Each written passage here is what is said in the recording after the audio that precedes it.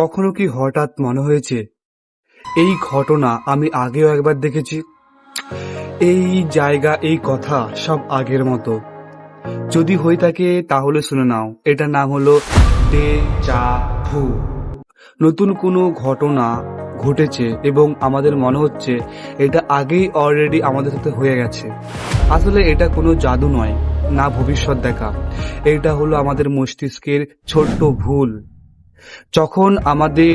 আমরা যখন খুব ক্লান্ত থাকি, অথবা আমাদের ঘুম ঠিকঠাক করে হয় না, অথবা আমাদের মাথার মধ্যে খুব দুশ্চিন্তা থাকে, তখন আমাদের মস্তিষ্ক নতুন কোনো ঘটনাকে পুরনো বলে মনে করায়, যেটাই ডেজাভু উৎপন্ন করে।